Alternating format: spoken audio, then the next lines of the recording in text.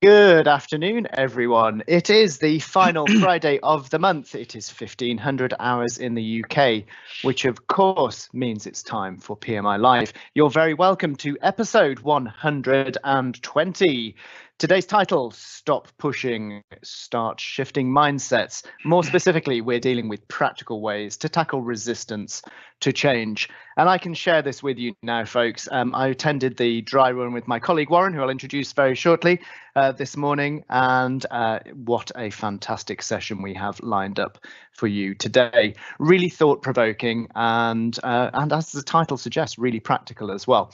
So on that note, we're here, we're live, do interact with us, keep your comments, questions, queries coming. It'll be great to hear from you. We've got a couple of polls to gauge some reaction as we go through the sessions as well. Your participation in those would be much appreciated. But really, this stuff comes to life with your interactions. And we always enjoy them, especially on a Friday afternoon when we're raring to go and love being here. So if you are joining us on the live streams on YouTube, Facebook and LinkedIn, you're still able to come in over and join us in the live session. Hop on over to pmi.co.uk/webinars, where you can still register and join the live session. Talking of live sessions, we are streaming this now and also recording, and that will be shared with you in an email if you have registered for the session during the course of next week. Also accompanying that is highlights and key takeaways as well. And we found people using those in really interesting ways. And we summarise some key pieces from the sessions. And share some resources as well within there. So do look out for those emails, which will accompany the voice of the customer surveys as well, which is where the titles and topics for PMI Live come from. Directly from you, our audiences. You tell us what you want us to cover, and we shall do so. We're currently shaping up the next 6 months schedule. So please do let us know in the Voice of the Customer survey what you'd like us to cover, how we can help meet your next challenge. So finally from me, before we hand over to Warren to introduce himself and take us through the content for today. I just wanted to draw attention to this. I pointed the right way this time. The Goals to Results Conference happening on the 17th of March 2026 at the University of Warwick in the UK. As the sign suggests here, performance improvement in an AI-driven world. We very clearly positioned the improvement professional and the improvement profession right bang center at the heart of this successful implementation of AI and AI solutions. So join us that day. We've been doing the dry runs for those for the last few weeks. 2 or 3 a day in some cases we've been seeing. My goodness, until I saw today's, I thought I'd seen brilliant stuff. But yes, absolutely superb content coming. Our teams have worked so hard over the last few months to make sure this stuff hangs together. It's refined, it's absolutely current, and sets us on the right path for the future. So Warren Knight, we haven't seen you for must be a month or so. Where have you been in that time? Well, Rich, so I have been continuing to deliver my quality practitioner apprenticeship program, which I am thoroughly enjoying. I've got a really good cohort and we're making good progress. I can see a few of them with us today, actually. Oh, good. I'm really pleased to hear that. So a big shout out to them. Also I'm back to start an interesting client project around management systems, so process management systems. So really looking forward to that. Yeah. And that's in the financial services sector, I understand. It is. Yeah. So something slightly different. Yeah, indeed. So turning our attention to today then, Warren, this is kind of a follow-on to one of the sessions that you delivered. I think it was in November. On that note, I forgot to say in my intro, all of the content, every PMI Live, every PMI podcast from across our series, along with all the infographics, all of our resources, you can find in the Knowledge Hub, which is pmi.co.uk/, in fact, just / and on the homepage, you'll find it at the top. Neil will share a link shortly to the Knowledge Hub. And then following that, he's going to share a link to the specific webinar that Warren delivered as a precursor to this. It's not a prerequisite at all, but it is a precursor. So if you like what you hear today, you may want to jump in and watch that one too. So those links are coming, and I can see them coming through. So Warren, what are you going to take us through today? Right, so I'm just going to springboard just off of what you just said about the previous session. Just to put it into context, we were talking about how coaching and coaching processes are actually a good framework for influence. Okay.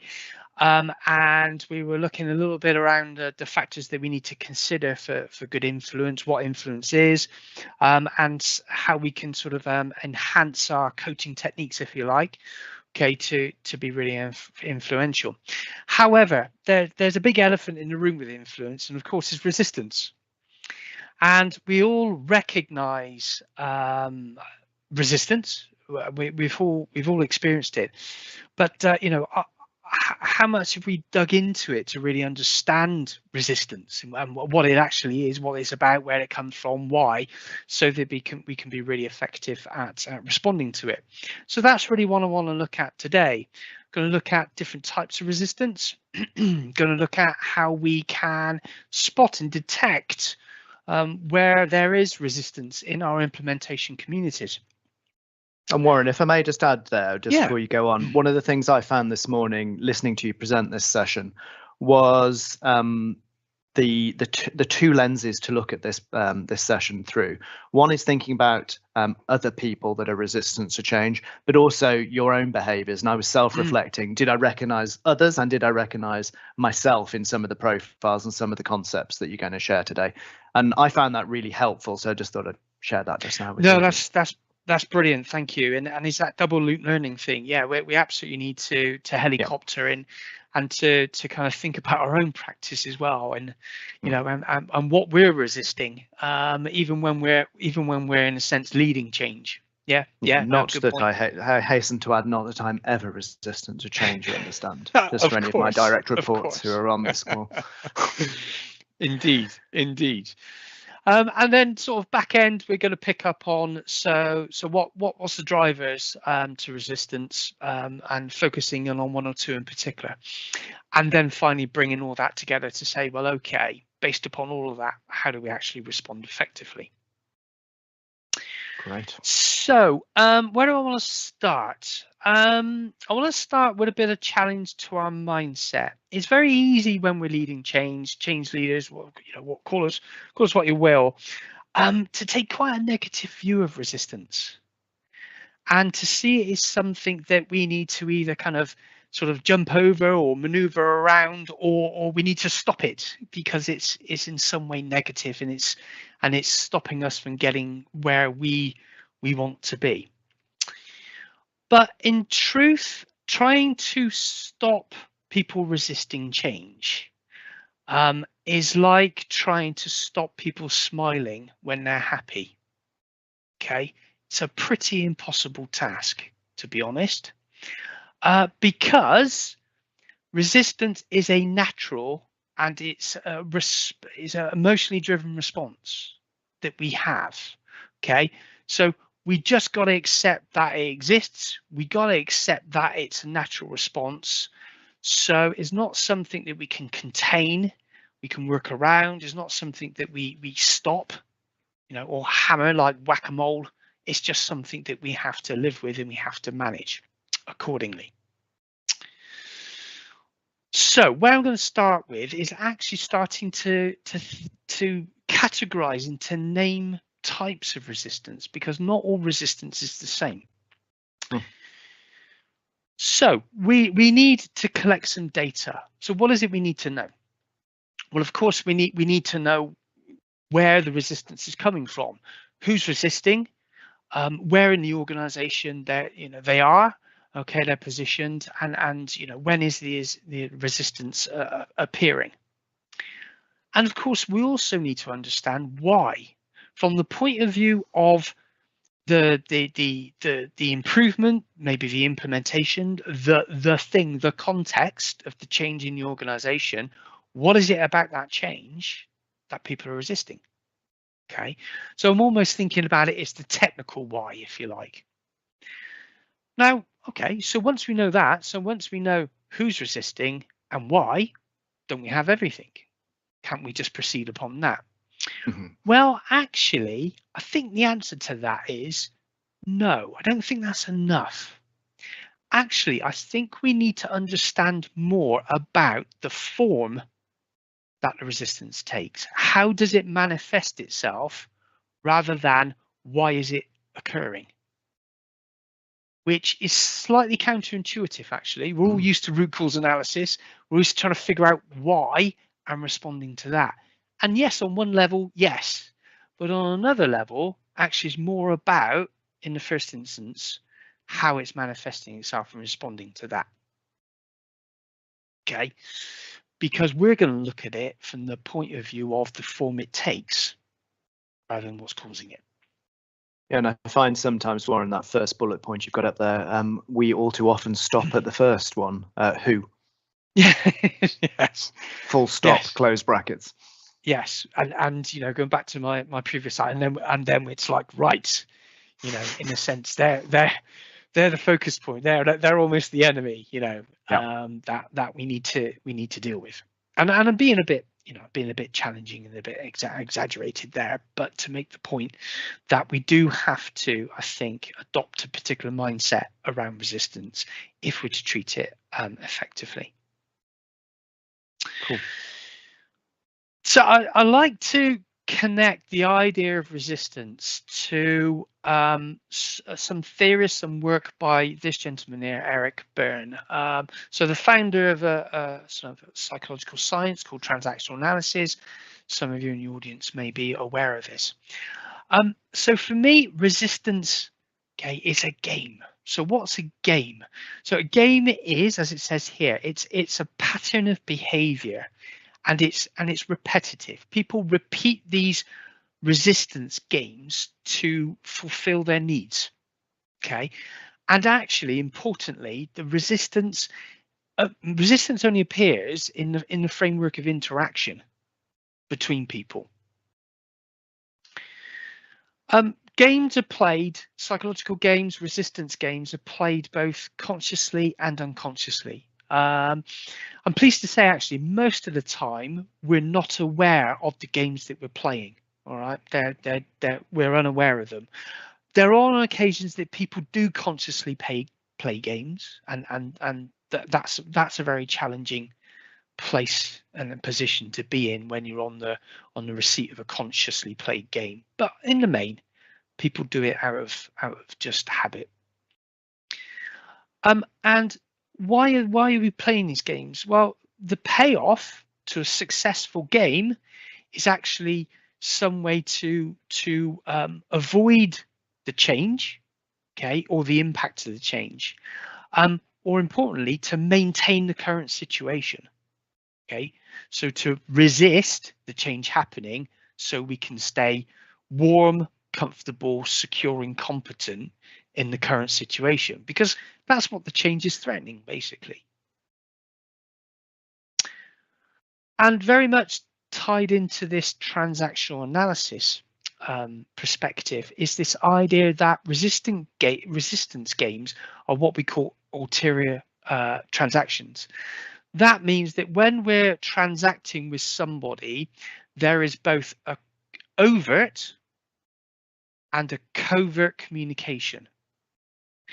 Typically, the overt communication is where we're, in a sense, look like we're adopting the change, but actually covertly we're resisting the change. And is it the covert level that the game is played? And that's where we get this payoff when it works.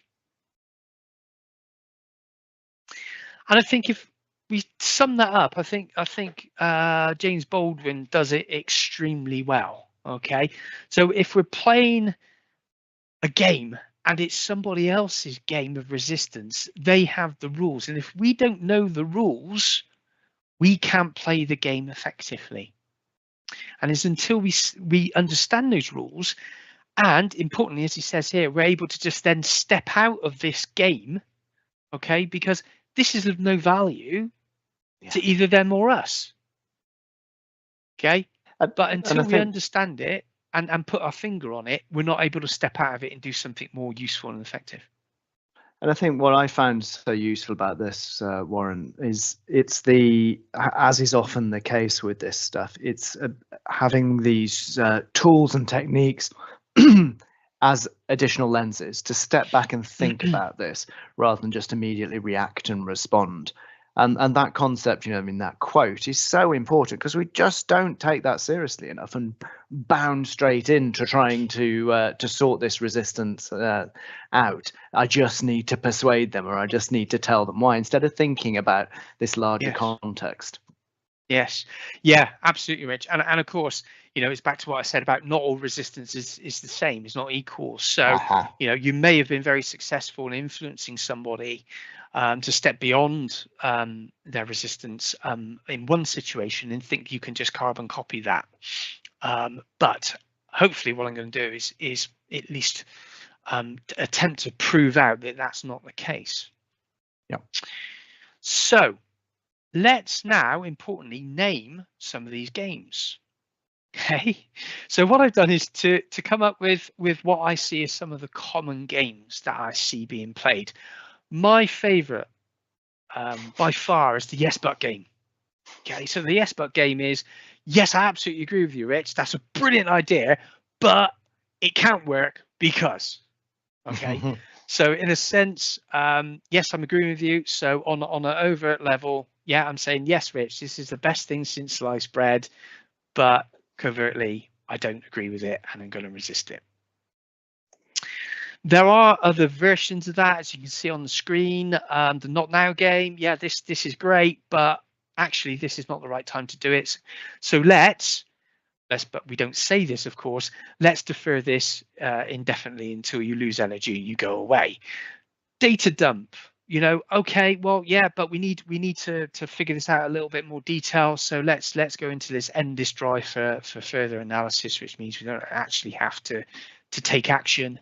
The overwhelm, a bit like a yes game, but I'm going to give you a million reasons why, and I'm just going to machine gun them at you.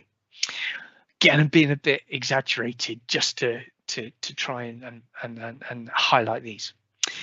And then you've got some other types of games there. You've got the stay silent game, of course, just not say anything. Okay. Or commit to doing something but then not do something that you've committed to, and always have a reason for that. So typically, I've been too busy, but it's still on my list. I'll get around to it, Rich, honestly. So there are a number of common games, and hopefully people are starting to go, I recognize these. So on that point, I think we've got a couple of polls, Rich. We have. So we've got two questions in this poll that we're going to ask you. The first one is on screen now, and we'll publish this in a second. You don't need to reply in the chat. So the first one we're going to ask is, which resistance game do you most commonly encounter? Just select one of those. So have a look at those, and then Warren, if you just jump to the second question we're going to ask. Sure. Which resistance game do you find most difficult or frustrating? So which do you see most often? And the poll is coming now. No need to pop it in the chat. And Neil, if you'd like to launch those two questions, you can take a look through those. So that should be on screen for you now. So first question, which do you most commonly encounter and which do you find most frustrating? So have a think about those two dimensions of around the same point. So I can see that's popped up.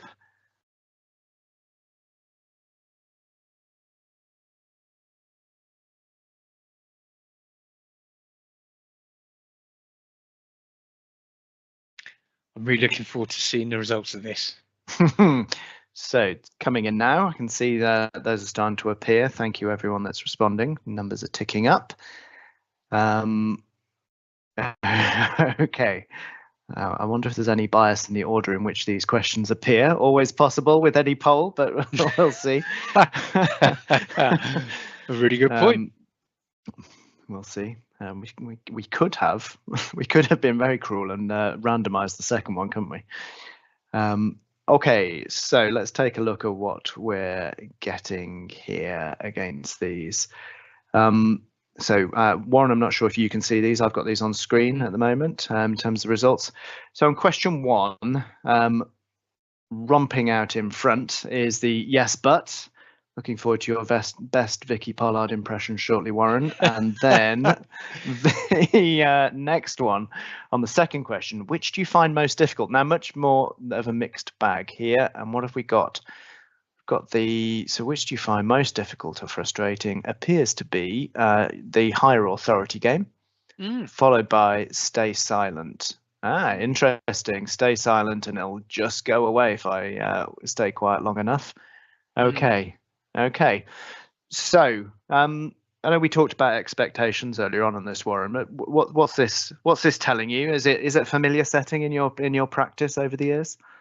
Yeah, and I think it's interesting. I mean, the first question is just interesting, other people's sort of experiences of things. Yes, the yes but game is kind of quite a natural one, and I think we'll probably experience a lot of that with our close colleagues as well, and our peers as well as we do with implementation communities. Okay. And the surprise for me on number 1 was not to see the overwhelm game was stronger represented, to be honest. I'm not saying it's right or wrong, it's just I'm surprised. I thought that would be a much closer second. Yeah. Interesting. I mean, my surprise one with number 1 was the not now game, actually. Yeah, interesting. Yes. Number two, actually, yes. I could have predicted particularly stay silent and being busy games as being quite high. Okay, and I have a theory about that. All right. And the higher authority, again, I was going to predict that it wasn't quite as high as the stay silent game, but yeah, that one kind of pseudo fits my theory that I'm going to talk about a little bit later. So yeah. And again, folks, I mean, we deliberately structured those questions there, but I'd place money on most people having answered that question about others rather than themselves as well. So remember to flip all of these concepts that Warren's talking around for both angles as we go forward. Good point. Good point. Right. Okay. So we have recognized that resistance is, in a sense, is a game, and there are different types of games. They manifest themselves in slightly different ways. Okay, so the next thing we need to do is to think about detecting resistance. The best way of detecting resistance is through incongruence. That's what we're looking for. So incongruence is where there's a mismatch. Okay, typically between the words that we use, okay, and our general kind of behavior, our tone of voice, our body language. So that first one, verbal versus body language, is a typical example of incongruence, and you can see that on the visualization here. You know, what they're saying and the body language just doesn't match up. Okay, it's a not equal sign. Another one that we get often is that yeah, that's great, I'll put that on my to-do list, and then it never gets done, or is limited action. Tone versus content, you know, now we're into more subtle kind of areas of incongruence. Yes, Rich, that sounds like a really good idea. Best always. Indeed. Yeah, indeed. My technique of agreeing with my mother, of saying, yeah, you're absolutely right, you're certainly right in every way, as always. I'm waiting for the reaction. Indeed. And I always want to give people the opportunity to supercharge their dinner party conversations with interesting facts. So an interesting fact about incongruence is that when we are in this situation of incongruence, we only convey about 7% of what we truly mean and what we're thinking in the words that we use. The rest is in our body language and in our tone. Say that again. Go on. Give us that. Right. Give us that stat again. When we are in a place of emotional distress or incongruence, you know, when we're in the place of resisting, okay, we only convey 7% of where we are and our true meaning in the words that we use. As much as that. Good grief. Okay. Right. The rest of what we're truly communicating is in our body language and our tone. So back to this idea of ulterior transaction, this idea that there is a overt and a covert message. You can see that now linking very clearly with incongruence. Okay, because the overt and the covert message do not equal. Okay, they're not linked. So that's the critical skill that we need. Now, we've talked about the different types of games, but let's now go to a deeper level and start to think about, well, what sits under this? All right. So we got sort of basically two broad categories of resistance. We got what we call active resistance, and a lot of people will know this theory. We got active resistance. Examples from earlier, good examples of active resistance again would be the yes but game or the kind of the overwhelm game. Okay, because as it says here, actually the resistance is being verbalized. It's out there. It's but we cannot do this. That's the verbal resistance. Okay. Passive resistance is covert. Okay, so rather than the incongruence being the difference sort of with agreement and then objection, with covert the incongruence is about the agreement and then the lack of action. Okay, or the words versus the behavior. So slightly different type of incongruence. Okay, active is more about verbal incongruence, and then passive is more about behavioral incongruence. So good examples of that is to stay silent and being busy kind of games. Why the two different ones? Well, that's driven by psychological safety. How safe we feel, okay, resisting. So if we feel they're in a safe situation, the chances are we're probably going to use a more overt resistance tactic, okay, or game, because we're feeling safe, we're feeling confident. It's really interesting to think about that, isn't it? Because there's so many scenarios where, you know, it's like, why are they not saying anything? What's the silence all about? Yeah, what is the silence and adding that other dimension rather than just going you know, vertically in one of these columns, thinking about the interlink of the psychological safety in the middle. Yeah, and of course this is a very, very important clue. Okay, so again, it's it's not why are they resisting, it's how are they resisting, because that's giving us the clue. Oh, so many conversations going through my head while trying to retrofit these two. Okay, yes.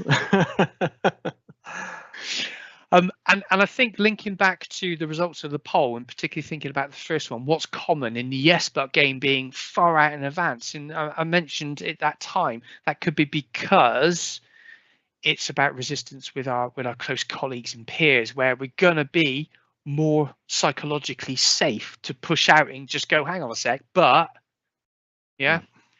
whereas maybe, you know, if we're talking to the CEO, we might not feel so safe. No comment. And so therefore we might take the passive route. Right, so Well, that sort of brings us on, actually, very quickly. It sort of brings us on to the point with the second question. Okay, and what's most frustrating or difficult to deal with? And actually, the passive resistance ones of stay silent and been busy came up as second and third. And that's because it's covert, yes, typically it is more difficult because your antennae for incongruence needs to be much more sensitive. The yes but game is in your face. Passive is not. You gotta proactively detect it. I put interestingly high authority under active, but for me, when I was developing this, I was really arming about, because I think it kind of sits in the middle, because I think to sort of say, to step out of something, say, well, I can't make this decision, it's got to go to the boss, actually I think can be a form of passive resistance as well. Yeah, that's true. Yeah, because you're hiding your resistance. So therefore, just focusing in on the passive resistance side again, because as I said, it's more difficult to detect because it's not in your face. So I'm not going to go through all of these, it'd be a bit boring, but the big point is, note that actually it's all about the behaviors, the tone, and the body language, not about the words. So it's going back to what we said earlier about the 7%. And you know, the again, these the sheer volume here in terms of different things to consider. None of these, it's worth folks noting, are a prescription. You won't get a checklist with all of these. And then, of course, you throw in things like neurodiversity on top of that, that may have nothing to do with any of these as well. So it's all about knowing your audience fundamentally and using these as tools to think about the scenarios that you may be in. Yeah, fantastic point. I think you sort of summarized it really well a moment or two ago, Rich. Is, for me, I think we all have a pretty good antenna for incongruence. Okay, it's probably just not a conscious one. So it's like you said, you deliver something and you're expecting a reaction, and then it's just silence and tumbleweed, and something flips in your stomach, and you think, well, what's that all about? Yeah. Don't ignore that. Yeah, tell me you hate it or not. Yes. Okay. Because you could be detecting that passive resistance, just not processing it. Right. So different games, and then we can categorize those down a little bit and understand that the type of game we play will depend upon how safe we feel in that particular environment with those particular people. So let's think a bit more about the causes of resistance now.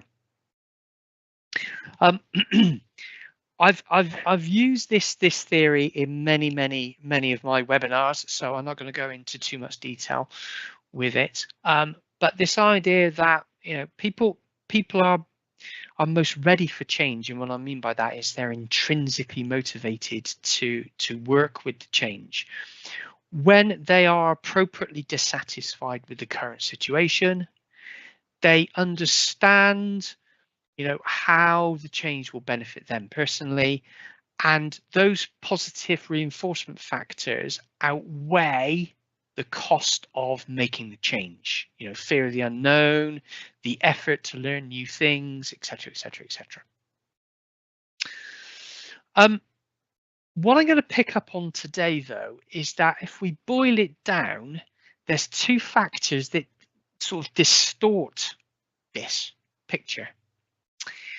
And that's our perception of the situation and our confidence. We can distort our ability to generate intrinsic motivation through a distortion of our perception, okay, through thinking biases or cognitive biases. We'll talk about those in a little bit more detail. Or it could just be due to the level of confidence that we feel that we have to make that change possible. And so these two things, these distortions in our perception and distortion in how we feel about our own confidence, if you like, can cause a lot of noise. Okay. Picking up on the biases. So what do we mean by bias? Well, one that we all know is the idea of the glass is half empty or half full, depending upon how you look at it. That is a psychological, is a cognitive bias, right? It's a thinking filter. So I believe one of the primary biases that is influencing resistance is what we call loss aversion. So what's loss aversion? As it says here, it's the tendency of people to feel loss more keenly than they feel gain. And any change is about loss of the current situation to gain a better situation. All right. So to try and make this make sense. So imagine, so you got two situations. You're being given £100, so that's a positive thing. Okay, so you got positive emotion, and then the other one is losing £100, so you have negative emotion. So they are obviously opposite emotions, but the amount of motion you feel, either positively or negatively, it's more when you lose than when you gain. Yep. So therefore, just think about your implementation communities. Right then, guys and girls, we're going to change this. You're going to lose that, but you're going to gain this. So everybody's going, well, yeah, I don't care about what I'm going to gain. I'm more focused upon what I'm losing. And that's what's going to be prevalent to me right now, my loss. Okay. I mean, the significance of that is really interesting, isn't it? Because so often we try and create scenarios where we describe the rounded picture, but not taking into account that what you're saying here is that people feel the things they're losing disproportionately more than they do with the things they're gaining.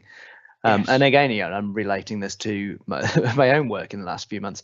I've seen this. I've absolutely seen this, and I've been slightly perplexed by it at times. Why on earth would you want to keep that?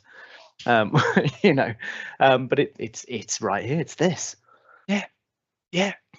And we're naturally wired up to be like that. Can't say everybody, but it would appear that there's a lot of evidence to suggest the majority of us. Hence, going back to my very first point is you can't stop this from happening. It's a natural thing. We're wired in that way. So on that basis, then, how do we ensure that we respond effectively? So now we're thinking about bringing everything that we've talked about together, different types of games that manifest themselves in different ways. Two fundamental types that are driven by our feeling of safety. What's driving that, and a resistance, particularly in the initial stages of us transitioning, is this idea of we feel the losses keenly. Right. Okay. So how do we bring that together as a strategy now? Okay, for getting people in a better place. So what I'm going to do first of all, in terms of the strategy, I'm going to give you 3 fundamentals that you should adopt in your strategy for engaging your implementation community. And then I'm going to give you another 2, okay, which are specifically related to passive and overt active resistance. All right. So fundamental number 1, stop pushing. Okay. Picking up on the point we were just talking about here with the loss aversion, it feels, and I've talked to a lot of people, a lot of change agents about this, and almost we think about influence in the same way as a sales process. Let's sell the benefits hard. Okay. But if we believe in this idea of loss aversion, it doesn't matter how much you sell the benefits. That's not where people are focused, and is not what's stopping them from moving forward. Okay.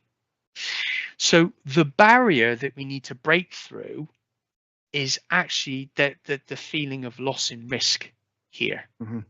All right. Now, if you just keep pushing the benefits, all you're doing is you're trying to force people through that wall, but what you're not doing is attending to it. And that will have unintended consequences. You're just going to make it worse. You know, it's like tampering. Okay, you're not addressing the root cause, so you are just doing things that are causing more variation, more pressure. So we've got to switch our approach.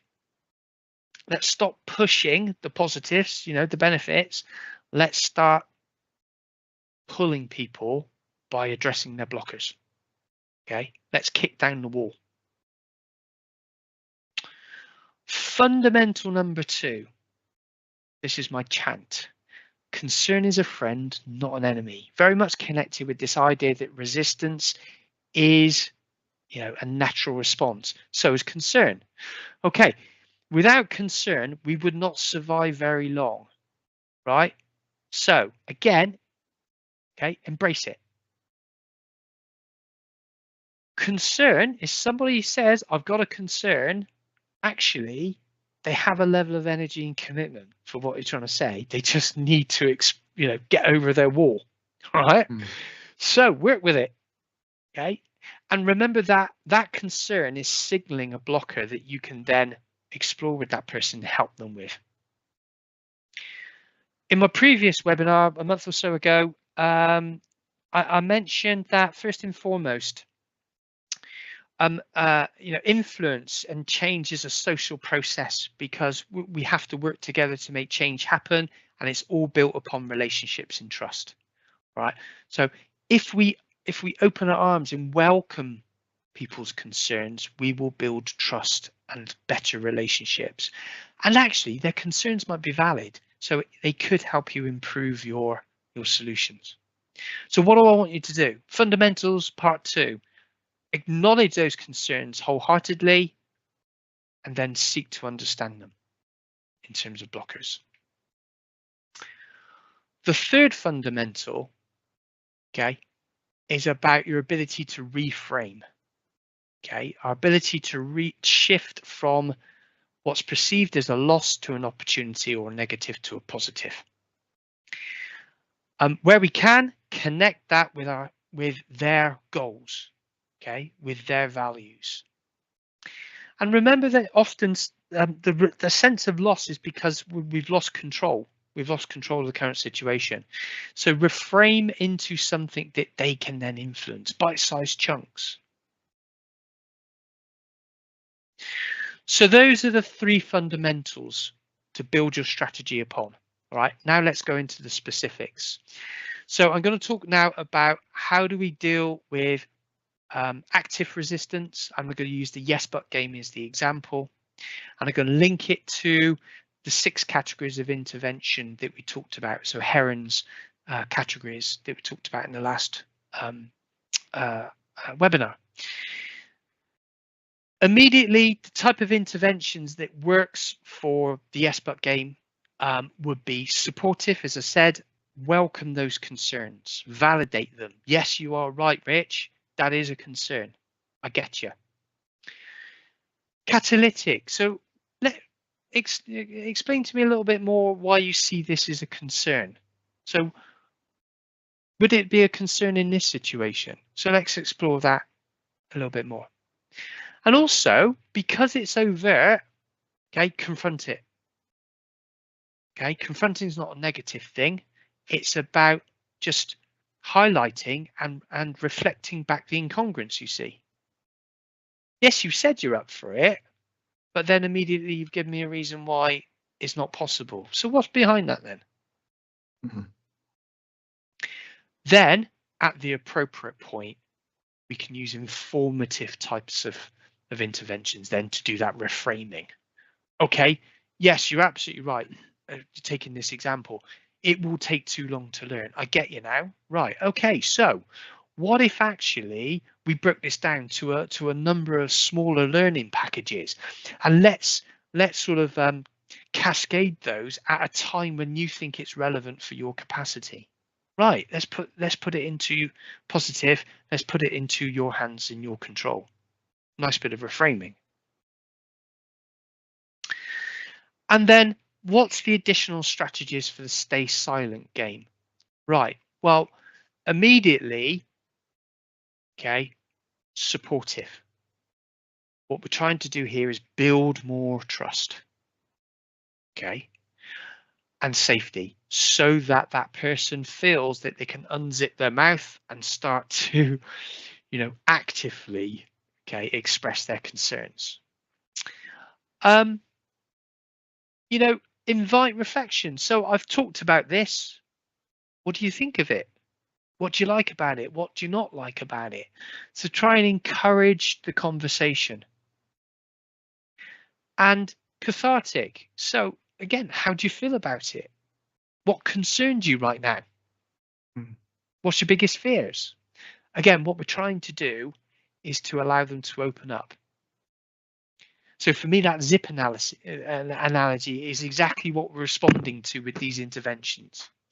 And when it's the right time, then we can go for the informative type reframing interventions. One final point I want to pick up with these. Notice that, go back to the psychological safety bit. These people feel relatively safe. Okay, so we'll verbalize their issues, their concerns. So therefore, we're using a slightly more, sort of proactive type of interventions here early on than what we're doing with the passive, because actually, first and foremost, we need to take care of that safety in building those relationships before we start to kind of push a little. And I'm not sure if you've noticed, Warren, but I've been adding some of the slides into the chat as well for people's reference, including Heron's 6 categories are in there that Warren made reference to. So you can see all 6 of them in there with the explanations. Great. Thank you, Rich. And then, so in summary then, know the game to know the rules. Once you know the rules, okay, we can step out of the game and do something much more useful. The key to that, because the game is always played on 2 levels, so we've got to be able to detect the incongruence. That hopefully what I've pinpointed, fundamentally, that feeling of safety, okay, is at the heart of this in terms of what approach you take. There are a few fundamentals, okay. I think the first 2 are mindsets. This isn't the sell, and selling doesn't particularly work well in my experience. All right, it's a different thing. And work with the concerns. All right, make them your best friends. The third one is more of a technique about that reframing. And then finally, know the game you're playing and therefore adjust your approach. It's really interesting, that, Warren, isn't it? Because again, these things all overlap, don't they? And they come together in different ways. And again, it's not a prescription. I was thinking about the first summary there in terms of how significant that is, that we just sometimes carry on regardless, without identifying the which game it is we're playing in order to know to respond. I had a fantastic analogy of that over Christmas.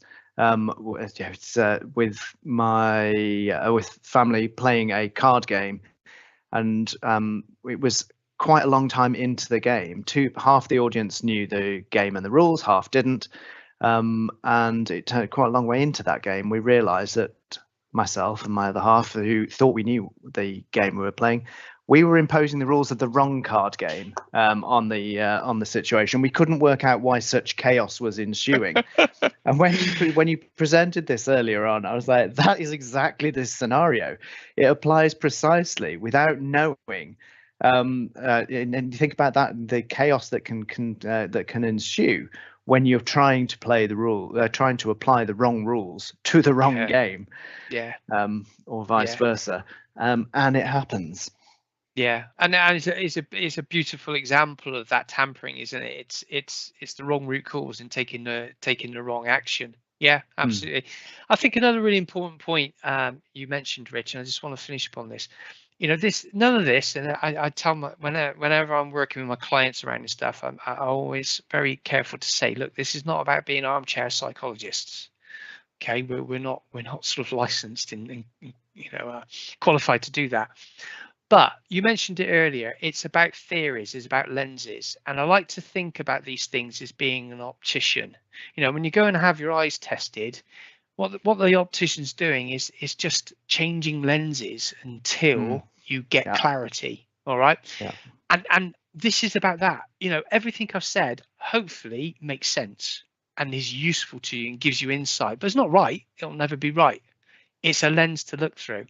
And if it works for you, it's a great use of my Friday afternoon, but if the lens isn't working, try a different lens. Absolutely. Thanks, Warren.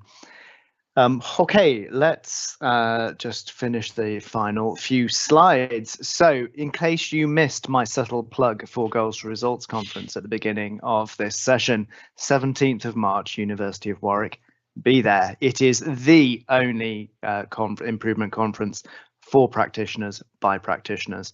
Our teams have been working really hard to put together the content. It is looking fantastic.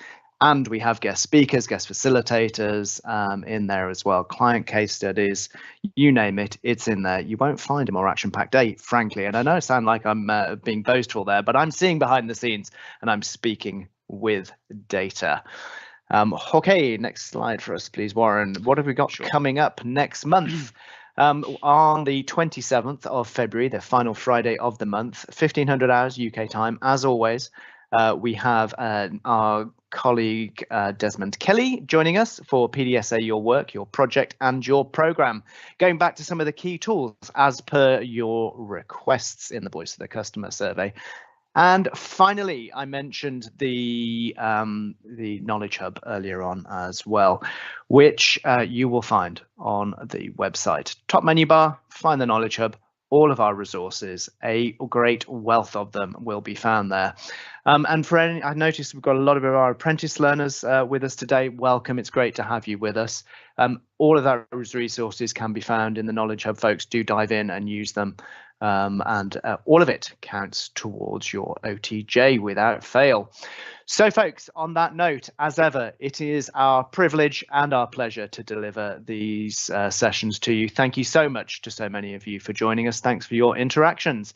It's much appreciated when you get to it. Have a lovely weekend and thanks for joining PMI Live. Thank you.